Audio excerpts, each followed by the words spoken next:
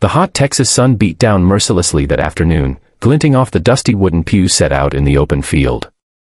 A soft wind fluttered the white fabric draped over the altar, and the townspeople sat waiting in silence. Every eye was on her, Clara May Whitlock.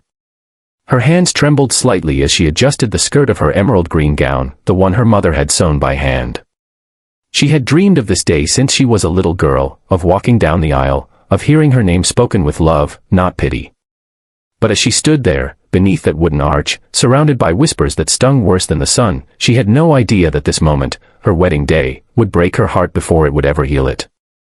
If you believe in kindness, second chances, and the power of true love, then please take a moment to like, comment, share, and subscribe to Kindness Corner, where stories remind us that goodness still exists in this world. Clara had always been the quiet one in town, the girl who smiled at everyone though few smiled back. She was gentle, hardworking, and loyal to a fault. Her size had made her the target of cruel jokes since childhood, but she carried her pain quietly, the way kind people often do. When Thomas Brigman, the son of the wealthiest rancher in 3 counties, asked her to marry him, it felt like something out of a dream.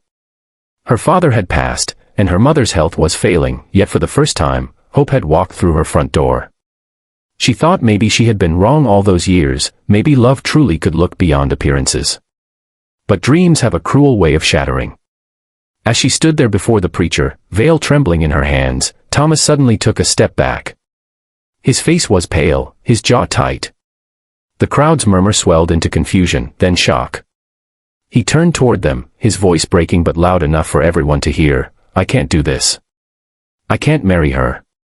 A gasp rippled through the crowd, and Clara felt her knees weaken. For a long second, no one moved. No one spoke.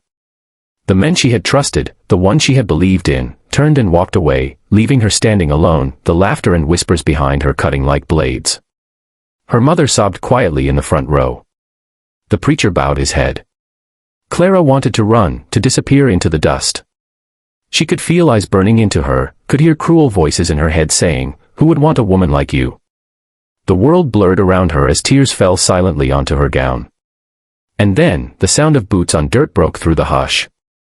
Slow, steady, deliberate steps. From the back of the crowd, a man walked forward, tall, broad-shouldered, with a weathered hat that cast a shadow over eyes that held something rare, compassion. It was Jesse Calder, a cowboy most of the town barely knew. He had arrived months earlier, working quietly at the Miller Ranch, never causing trouble, always keeping to himself. The people called him the Drifter, a man with a past. But that day, as he stopped beside Clara and looked at her, not through her, not around her, but right into her trembling heart, everything in that dusty world seemed to still. He didn't say a word at first. He simply reached up, removed his hat, and faced the preacher. "If the lady's still willing," he said calmly, his voice deep and unwavering, "I'll marry her." The crowd erupted, some in laughter, others in disbelief. But Jesse didn't waver. His eyes never left hers. For the first time, Clara didn't see pity or mockery, she saw respect. She saw someone who saw her. The preacher hesitated, unsure of what to do. But Clara, through tears, nodded slowly.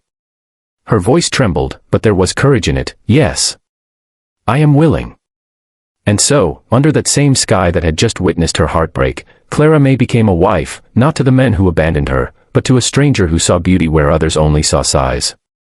The ceremony was short and quiet. Some guests walked away in disgust, others stayed, watching in awe.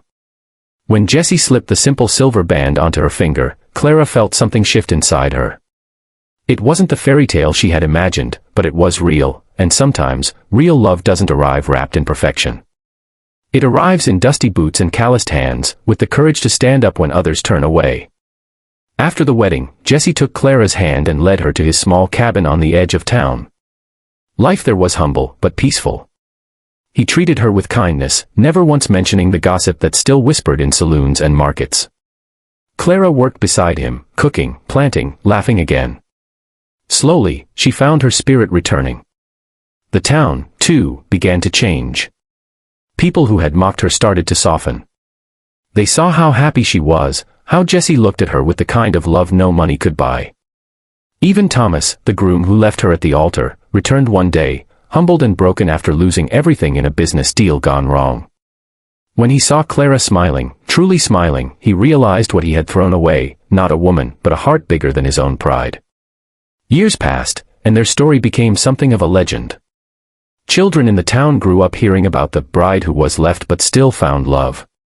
Clara and Jesse never flaunted their happiness, they lived simply, loving deeply, and always helping others. When Clara opened a small bakery in town, she named it Second Chances. Every loaf she baked carried the warmth of the kindness that once saved her. Every child who came for cookies left with more than sweetness, they left with a story that reminded them to look beyond appearances. As the sun set over the plains one evening, Clara sat on the porch beside Jesse. The years had added lines to their faces, but their hands still found each other with ease. She turned to him and whispered, "You gave me a life when all I had left was shame." He smiled and said softly, "No, Clara. You gave me one." If this story touched your heart, please like, share, and subscribe to Kindness Corner, because somewhere out there, someone needs to believe that love still exists for those who've been judged, hurt, or left behind. Special request, before you leave, comment below, what does true love mean to you? As the stars rose above the quiet Texas night, Clara closed her eyes and felt peace. Her life had begun with laughter behind her back, but it ended with love beside her heart.